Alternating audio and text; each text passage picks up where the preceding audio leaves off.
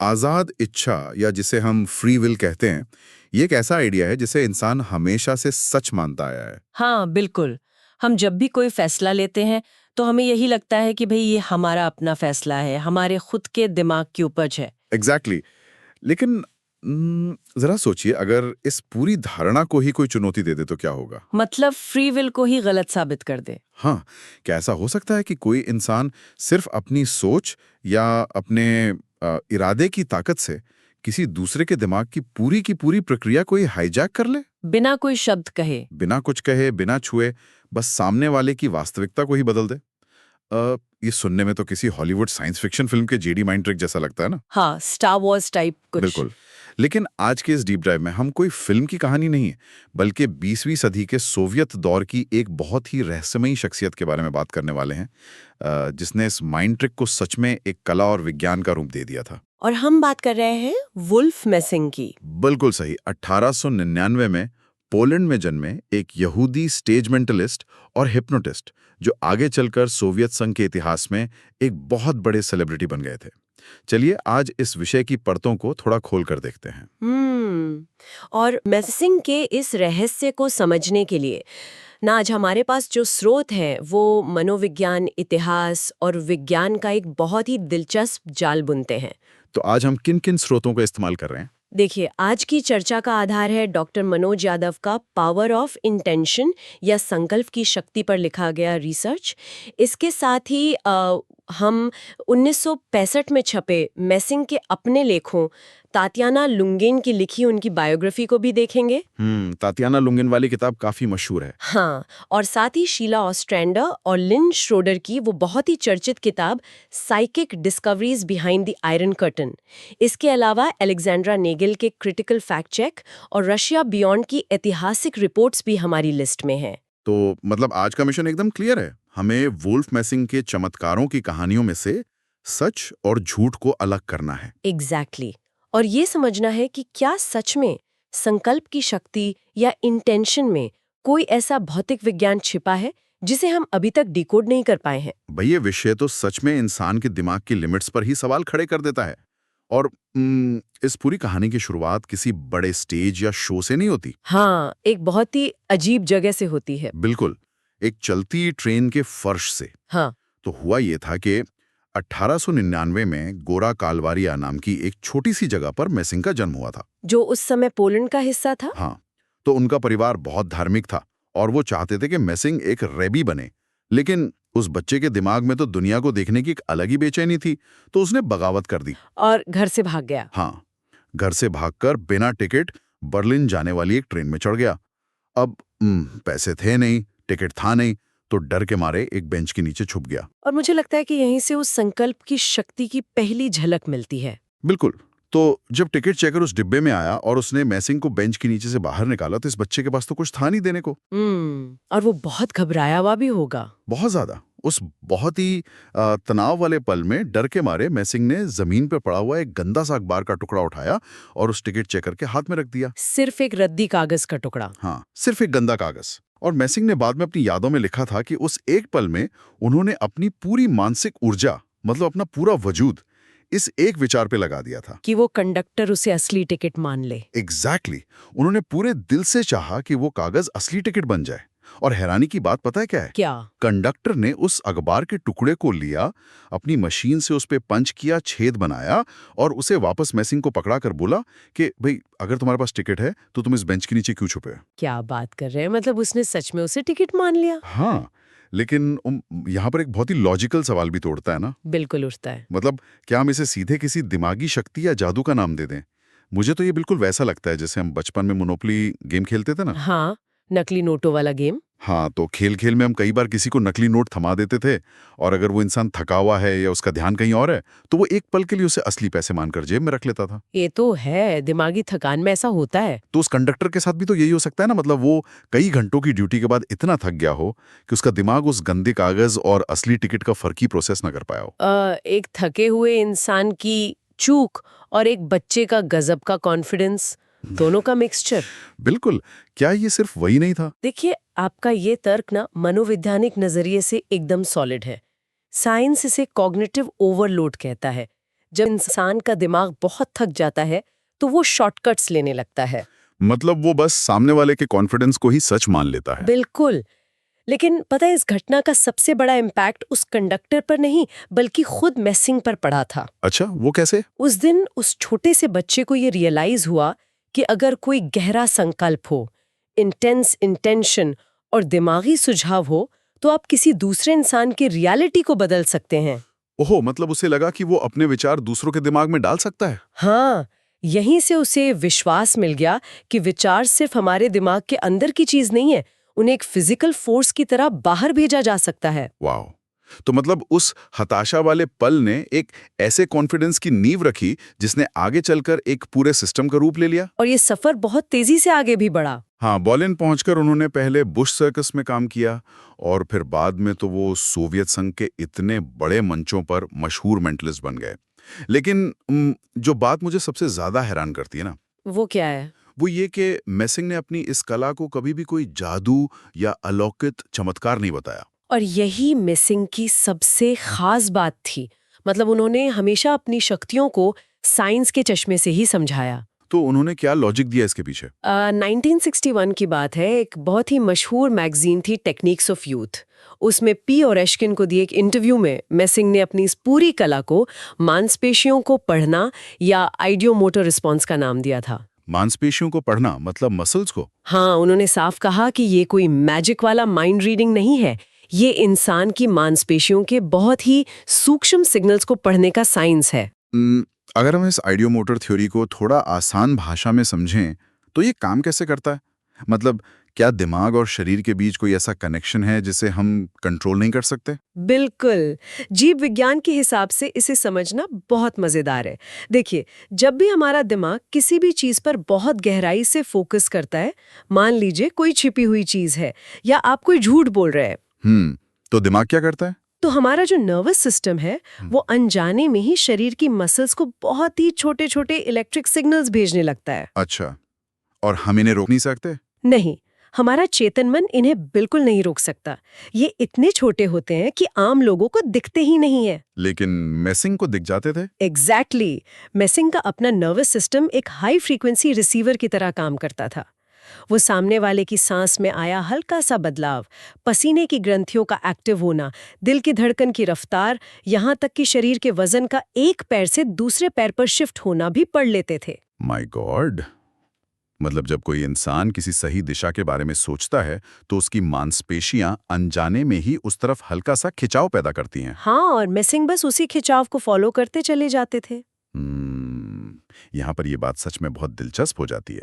मतलब ये तो बिल्कुल एक इंसानी लाइट डिटेक्टर मशीन की तरह हो गया ना? हाँ, या किसी बहुत ही शातिर पोकर प्लेयर की तरह जो आपकी चेहरे की हल्की सी हरकत को भी पढ़ लेता है। बिल्कुल, मुझे तो ये आजकल के ब्लूटूथ पेयरिंग जैसा भी लग रहा है। Bluetooth pairing? वो कैसे? मतलब देखिए, जब दो स्मार्ट डिवाइस पास आते हैं तो वो पेयर हो जाते हैं ना। तो जब दो इंसान एक जगह पर हों तो वो अनजाने में एक नर्वस सिस्टम का जुड़ाव बना लेते हैं। आमतौर पर हम अपने आसपास के शोर में इन सिग्नल्स को इग्नोर कर देते हैं। सही कहा। लेकिन मिसिंग ने अपने अंदर के उस शोर को एकदम शांत करना सीख लिया था, जिससे वो दूसरे इंसान के शरीर से आ रहे उस प्योर सिग्नल को डाउनलोड कर पाते थे। ये एनालॉजी आपने बहुत अच्छी दी। असल में मिरासिंग यही कर रहे थे। वो सामने वाले के शरीर से वो सच निकलवा रहे थे जो उसका दिमाग छुपाने की कोशिश कर रहा था। तो मतलब जिसका इंटेंशन ज्यादा स्ट्रांग होगा वो इस ब्लूटूथ कनेक्शन में हावी हो जाएगा। बिल्कुल। लेकिन यहाँ पर एक और बात है जो हमें ध्यान में रखनी चाहिए। वो क्या? मिरासिंग खुद ये मानते थे कि ये जो आइडियोमोटर थ्योरी है ना, ये उनकी पूरी शक्तियों को एक्सप्लेन नहीं करती। अच्छा, तो क्या कुछ और भी था? हाँ, वो भविष्य देखने यानी प्रिकॉग्निशन में भी मानते थे और उनका मानना था कि बिना छुए भी अमूर्त विचारों को रिसीव किया जा सकता है। लेकिन जब बात भविष्य देखने की आती है तो ये मांसपेशियों वाले लॉजिक से बाहर निकलकर सीधा जादू टोने वाली दुनिया में नहीं चला जाता। साइंस इसे कैसे सही मानेगा? मिरासिंग का इसके पीछे का तर्क बड़ा ही फिलोसॉफिकल था और फिजिक्स से जुड़ा था। फिजिक्स से कैसे? उनका कहना था कि इंसान अभी समय, स्पेस और अतीत भविष्य को पूरी तरह समझ ही नहीं पाया। जैसे आइंस्टाइन की थ्योरी ऑफ रिलेटिविटी ने बताया ना कि समय कोई सीधी लाइन नहीं है। हाँ, समय रिलेटिव है। तो मेसिंग कहते थे कि ये जो भविष्य देखने की क्षमता है, ये कोई जादू नहीं है, ये बस भौतिक विज्ञान का वो हिस्सा है जिसे हम अभी तक नाप नहीं पाए हैं। ये इंसान की चेतना और ब्रह्मांड के नियमों का कोई ऐसा कनेक्शन है जो अभी अस्पष्ट है। ये तो काफी गहरी बात हो गई, लेकिन एक बहुत बड़ा विरोधाभास भी तो है ना यहाँ। कैसा विरोधाभास? मतलब अगर मेसिंग का हुनर सिर्फ ये बॉडी लैंग्वेज और माइक्रो एक्सप्रेशन पढ़ने तक सीमित था, तो उनके आसपास इतनी बड़ी और रहस्यमयी कहानियां कैसे बन गई? हाँ, ये एक बड़ा सवाल है। मतलब जब हम उनके मशहूर किस्से सुनते हैं तो लगता है जैसे किसी मार्वल सुपर हीरो की कहानी चल रही हो। और यहीं पर आकर इतिहास का सच और जो गढ़ी हुई कहानियां हैं ना, वो बुरी तरह मिक्स हो जाती हैं।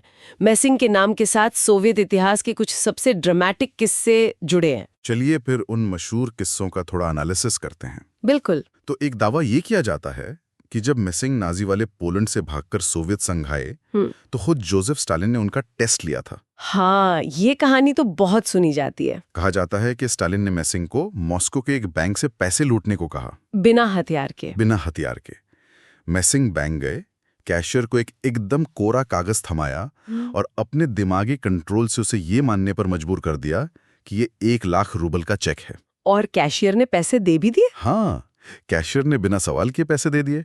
और एक और किस्सा है कि स्टालिन ने उन्हें अपने कुनसेवो वाले घर में बिना पास के घुसने का चैलेंज दिया था, जहां बहुत कड़ा पहरा होता था, जहां परिंदा भी पर नहीं मार सकता था। एग्जैक्टली। और कहानी ये है कि मेसिंग ने वहां के गार्ड्स के दिमाग में ये डाल दिया कि वो सोवियत खुफिया पुलिस के चीफ लावरेंटी बेरिया हैं। ओहो! और गार्ड्स ने उन्हें अंदर जाने दिया? वो बेरोक टोक स्टालिन के सामने जाके करे हो गए। और बात सिर्फ स्टालिन तक ही नहीं है ना, हाँ, इंटरनेशनल लेवल पे भी तो बहुत सी बातें कही गई। जैसे वो हिटलर वाली कहानी। हाँ, कहा जाता है कि 1937 में वार्सो के एक भरे हुए थिएटर में मेसिंग ने भविष्यवाणी की थी कि अगर हिटलर ने पूर्व की तरफ युद्ध छेड़ा तो उसकी मौत पक्की है। क्या बात है, सरेआम ऐसा कहा? बिल्कुल। और इससे हिटलर इतना भड़क गया कि उसने मेसिंग के सिर पर 2 लाख रीशमार्क का इनाम रख दिया। बाप रे! और तो और, जब जर्मन खुफिया पुलिस यानी गेस्टापो ने उन्हें गिरफ्तार किया तो मेसिंग ने क्या किया पता है? क्या? उन्होंने अपने दिमागी पावर से सारे गार्ड्स को उसी सेल में बंद कर दिया जहां वो खुद थे, और वहां से बड़े आराम से भाग निकले। ये तो मतलब किसी जेम्स बॉन्ड फिल्म से भी ऊपर की चीज है। और फ्रॉइड और आइंस्टाइन वाली मुलाकात तो भूल ही गए आप, जो दुनिया भर में मशहूर है। वो मूंछ के बाल वाली। हाँ, जहां मेसिंग ने सिगमंड फ्रॉइड के बिना बोले दिए गए दिमागी निर्देश को पढ़ लिया और जाकर आइंस्टीन की मूंछ से 3 बाल उखाड़ लिए। लेकिन देखिए, ये सब सुनने में बहुत थ्रिलिंग लगता है, पर एक लॉजिकल इंसान तो यही सोचेगा ना कि अगर किसी के पास सच में ऐसी खतरनाक पावर होती तो वो तो दुनिया के सबसे बड़े नेताओं को अपनी उंगलियों पर नचा रहा होता। बिल्कुल सही बात है। क्या वो इंसान पूरी दुनिया का नक्शा ही नहीं बदल देता? और यहीं पे आके हिस्टोरिकल फैक्ट चेक बहुत जरूरी हो जाता है। जब अलेक्जेंड्रा नैगल और निकोलाई किताएव जैसे सीरियस रिसर्चर्स ने इन दावों की पड़ताल की ना, तो सच्चाई कुछ और ही निकली। तो फैक्ट चेक में क्या निकला? इन लोगों ने साबित किया कि चाहे वो बैंक लूटना हो, स्टालिन के घर घुसना हो, हिटलर की भविष्यवाणी हो या गेस्टापो की कैद, किसी भी घटना का कोई सरकारी या ऐतिहासिक रिकॉर्ड मौजूद है ही नहीं। एक भी सबूत नहीं? एक भी नहीं। और वो आइंस्टीन और फ्रॉइड वाली कहानी में तो एक बहुत बड़ा ज्योग्राफिकल झोल है। अच्छा, वो कैसा झोल? जिस समय मेसिंग ने उस मुलाकात का दावा किया था ना, उस समय फ्रॉइड और आइंस्टीन एक ही शहर में मौजूद ही नहीं थे। अरे, तो मतलब ये सब झूठा था? फिर ये कहानियां आई कहां से? रिसर्चर्स का कहना है कि ये ज्यादातर किस्से 1965 में साइंस एंड रिलीजन नाम की एक सोवियत मैगजीन में छपे थे, जिन्हें एक पत्रकार मिखाइल वी ख्वास्तूनोव ने लिखा था। अच्छा, तो मतलब ये पूरी की पूरी आत्मकथा असल में एक घड़ा हुआ PR स्टंट थी? एग्जैक्टली। ख्वास्तूनोव ने मेसिंग के असली हुनर में थोड़ा ड्रामा और मसाला लगाकर उन्हें एक सुपर हीरो बना दिया था। लेकिन भाई, यहाँ पर एक बहुत बड़ा सवाल और खड़ा होता है। वो क्या? देखिए, उस समय सोवियत संघ की सरकार एक बहुत ही सख्त और भौतिकवादी यानी मटीरियलिस्ट विचारधारा पर चल रही थी। हाँ, वहाँ धर्म या अंधविश्वास के लिए कोई जगह नहीं थी। बिल्कुल। फिर ऐसी सरकार ने एक कथित साइकिक को इतने बड़े बड़े शोज करने की और एक सेलिब्रिटी बनने की इतनी आजादी कैसे दे दी? उनके एक बहुत बड़े एजेंडे का हिस्सा था। एजेंडा? कैसे एजेंडा? उसे साइकोट्रॉनिक्स कहते थे।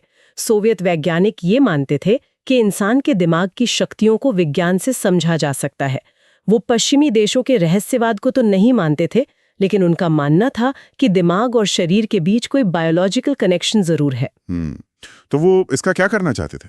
वो इसे डीकोड करके जासूसी, मनोवैज्ञानिक युद्ध या खुफिया ऑपरेशंस में इस्तेमाल करना चाहते थे। ओह, तो मतलब मेसिंग उनके लिए एक टूल थे। हाँ, और क्योंकि मेसिंग ने बहुत चालाकी से अपने काम को जादू नहीं बल्कि आइडियोमोटर थ्योरी का नाम दिया था, तो वो सोवियत सिस्टम में एकदम फिट हो गए। मतलब उन्होंने सरकार को ये दिखाया कि देखो ये विज्ञान है, जादू नहीं। एग्जैक्टली। सरकार के लिए वो एक जीता जागता प्रयोग थे जिसे जनता के मनोरंजन के लिए भी इस्तेमाल किया जा सकता था। और सेकेंड वर्ल्ड वॉर के बाद जनता को भी तो ऐसे ड्रामेटिक मनोरंजन की जरूरत रही होगी ना। बिल्कुल, लोग तनाव से बाहर आना चाहते थे। तो एक तरह से मेसिंग ने अपने हुनर को उस सिस्टम की भाषा में ढाल लिया था, जो सिस्टम उन्हें मिटा भी सकता था।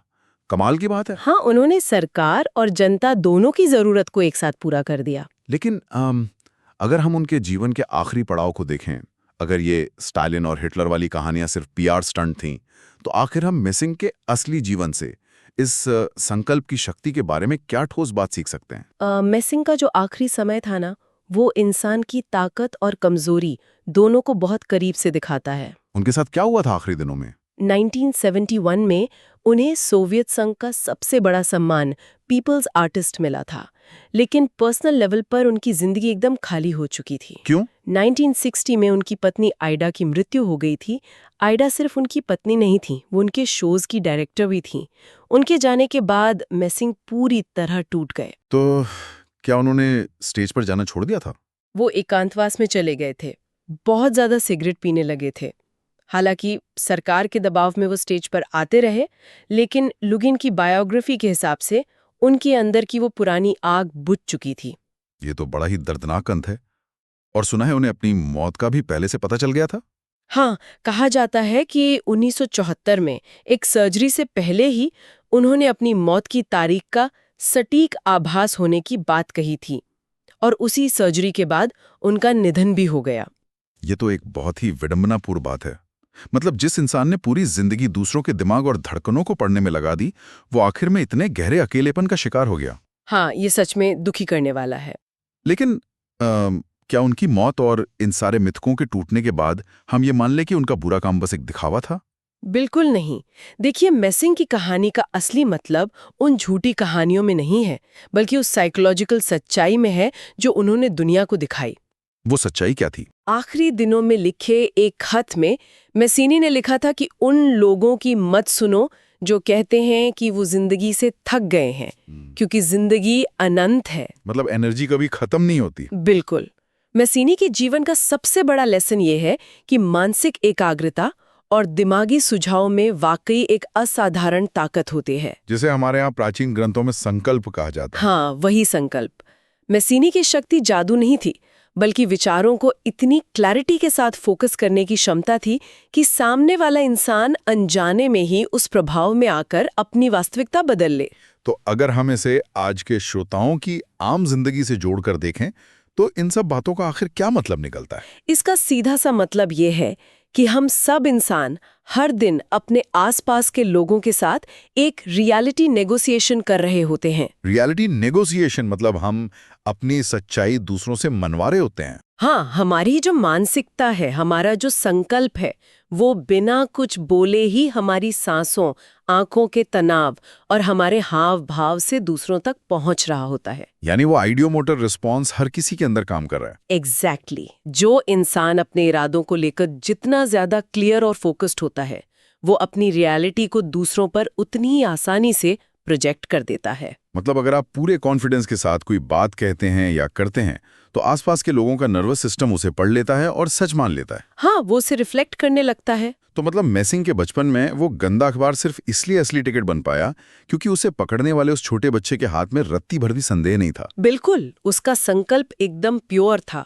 तो इस पूरी चर्चा के अंत में एक बहुत ही गहरा सवाल सामने आता है सोचने के लिए। वो क्या? जरा सोचिए, अगर हम सभी का दिमाग, हमारी हर छोटी हरकत, हमारी सांस और दिल की धड़कन के जरिए हमारे इरादों को आसपास की दुनिया में एक रेडियो स्टेशन की तरह ब्रॉडकास्ट कर रहा है, तो क्या होगा अगर कोई इंसान इस ब्रॉडकास्टिंग के विज्ञान को पूरी तरह से समझ ले, अगर वो अपने अवचेतन को कंट्रोल करना सीख ले? क्या वो इंसान बिना एक शब्द कहे सिर्फ अपनी मौजूदगी और अपने अटूट संकल्प से अपने आसपास की दुनिया की सच्चाई को हमेशा के लिए बदल नहीं देगा?